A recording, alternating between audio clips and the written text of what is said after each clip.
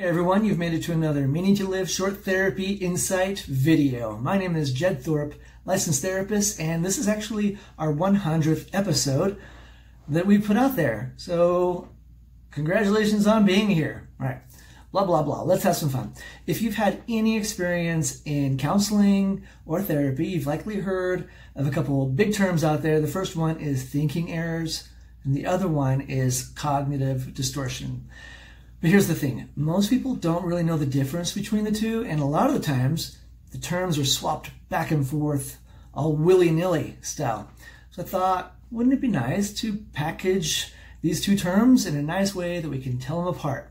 Of course it would. So let's break it down. First off, the idea around cognitive distortions and thinking errors is that our brains are tricky and we can really trip ourselves up with just the way we're thinking. And to make life so much easier, the psychology field has just come up with a bunch, I almost said 1,000, not 1,000, but a bunch of super long list of thinking errors and cognitive distortions. We just don't have time to list them all, but we'll go over a few. Topping my list of favorites is a thinking error, and it's called victim stance. This is when you are playing the blame game on something that's going on in your life or something that happened. Basically, anything you can say, any thought you can say, poor me afterwards. My next favorite, which is a cognitive distortion, is called emotional reasoning. And this is when we place 100% accuracy on what we're feeling. We basically just take what we're feeling as fact.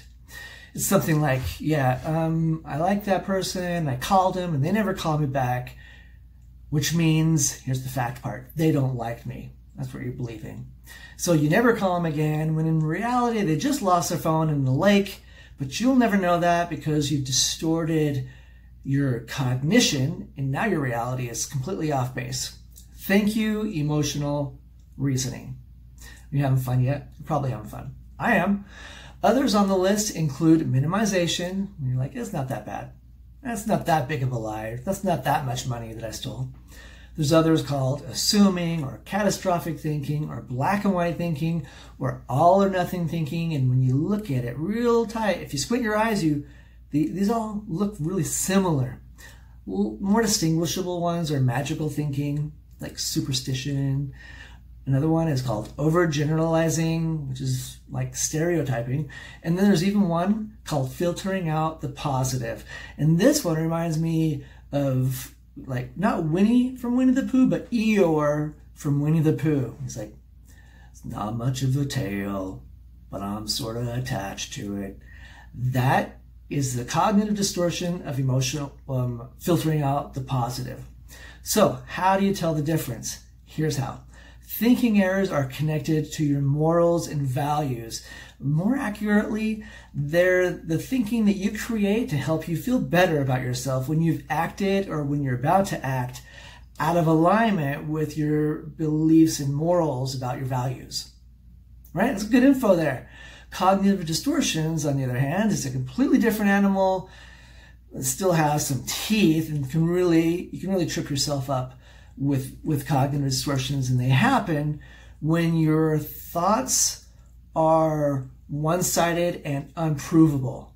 So assuming is a big one. Filtering out the positive, Eeyore style, those are the two main culprits that I see in counseling sessions. Could it be that easy? Yeah, that's as simple. It's that simple. Thinking errors, values and morals, cognitive distortions, really one-sided and unprovable thinking that's going on.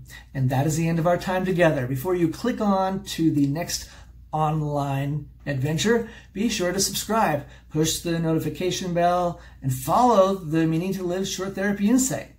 All right, thank you for your time, and for more therapy goodness, check out the website, www.meaningtolive.com, and until next time, awareness up.